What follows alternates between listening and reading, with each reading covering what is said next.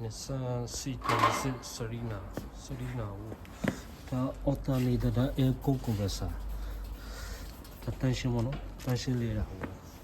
ကျွန်တော်ပထမကြည့်လိုက်တော့ဟောလက်မဝင်ဘူးဒီကောင်ကဒီမှာမတော်တော့ engine body နဲ့ထောင်းဒီမှာကြည့်တဲ့ engine body နဲ့ထောင်းတယ်ဒီကောင်တန်ရှင်း engine body နဲ့ထောင်းတန်ရှင်းတယ်မှာ engine body နဲ့ထောင်းနေတော့ဒီကောင်ဖြုတ်ဖို့ကဒီအမ air key 6000နဲ့သွားတာတော့လို့လုံးမဆိုပြီးစဉ်းစားတော့ဗောနော်စဉ်းစားရနောက်တစ်စီး C26 Serena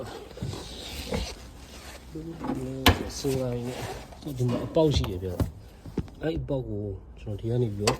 ဒီကောင်ဖြုတ်တယ်အပေါ်မောင်းတင်ဖြုတ်တယ်ဖြုတ်ချမ်းရထောက်တယ်ထောက်ပြီးမြောက်တယ်ဒီအပေါက်